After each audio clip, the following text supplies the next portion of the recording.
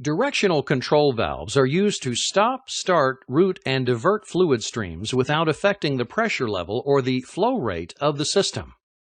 Directional control valves are identified by the number of ways that fluid can flow and the number of positions the valve can produce.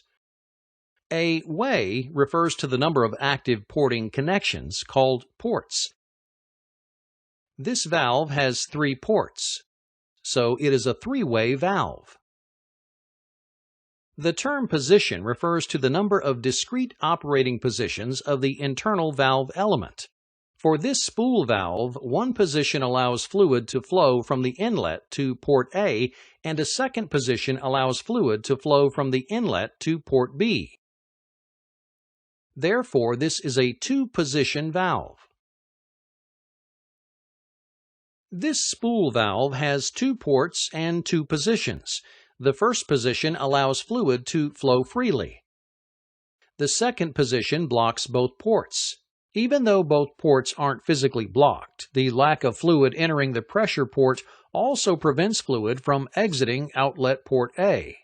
Therefore, both ports are defined as blocked, making it a 2-way, 2-position valve.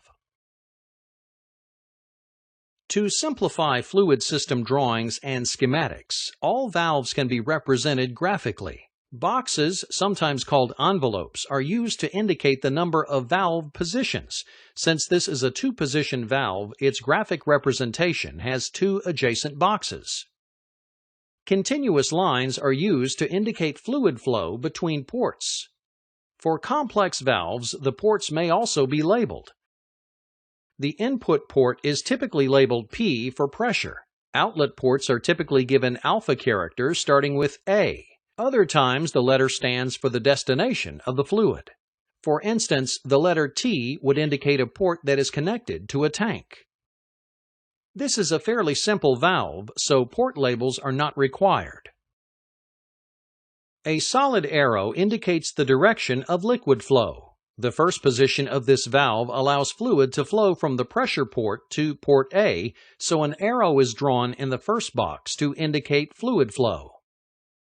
A T indicates that a port, or way, is blocked or closed. This valve's first position has no ports blocked, but its second position blocks both. The second box corresponds to the second position of the valve. Therefore, 2 T's are added to illustrate the lack of fluid flow in the second position. Next, lines are drawn to indicate the normal position of the valve. The normal position is defined as the position of the valve when its spool is unshifted and the power is off. This means that any mechanical actuators, such as springs, are in their non-actuated positions. Electrical actuators, such as solenoids, are powered off.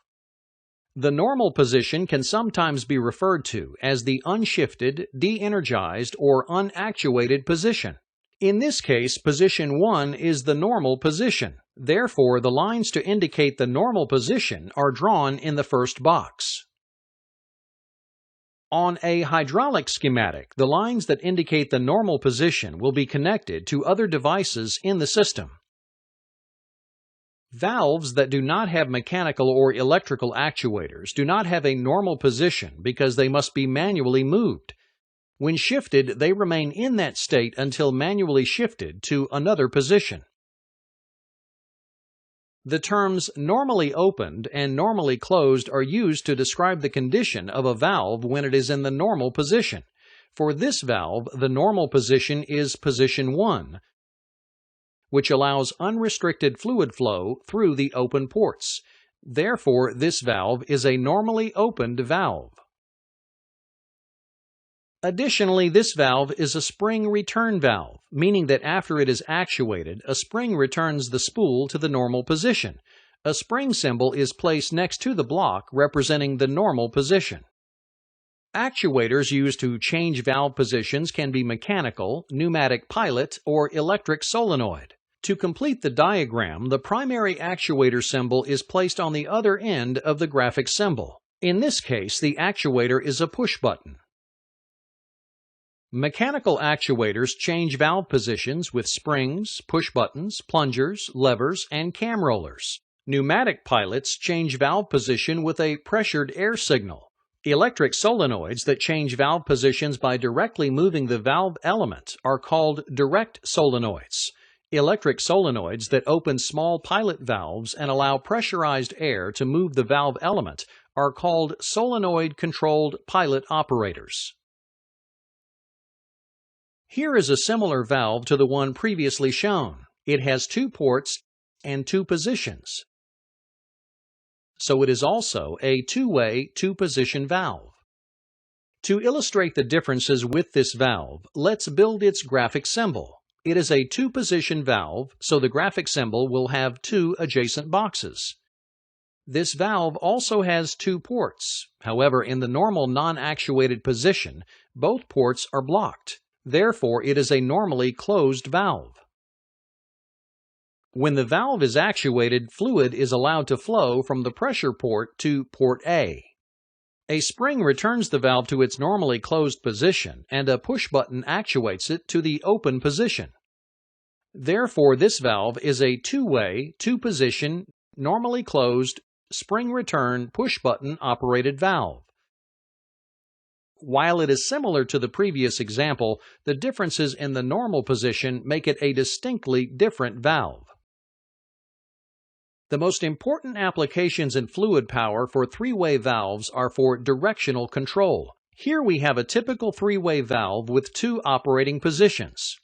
This valve has an inlet port P, exhaust port E, and output port A.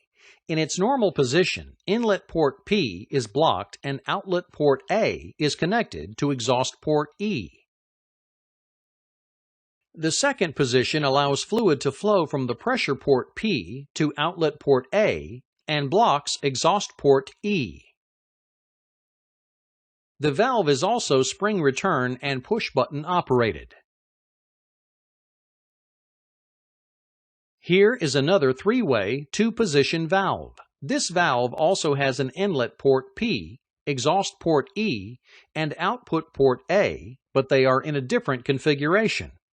In its normal position, exhaust port E is blocked and fluid flows from pressure port P to outlet port A. The second position, pressure port P, is blocked and allows fluid to flow from outlet port A to exhaust port E. The valve is also spring return and push button operated. Three-way directional control valves have many applications in fluid systems. One of the most common applications is for the control of single-acting cylinders. In this application, fluid is pumped from a tank to pressure port P. With the valve in the normal position, fluid is blocked. When the valve is actuated, fluid flows from pressure port P through outlet port A to the cylinder. The cylinder extends and remains extended until the valve changes positions. When the valve de-energizes, the spool returns to position 1, pressure port P is blocked, and exhaust port E is opened. The cylinder retracts and fluid flows from the cylinder through port A and out exhaust port E. From there, the fluid returns to the tank. Here's a graphical rendering of the same system using symbols as they would appear on a schematic diagram. 2- and 3-way control valves are ideal for use as directional control valves to operate cylinders or hydraulic rams, filling and draining tanks, as mechanical brakes, and even in vacuum systems. Their versatility is vital to the successful operation of many different fluid systems.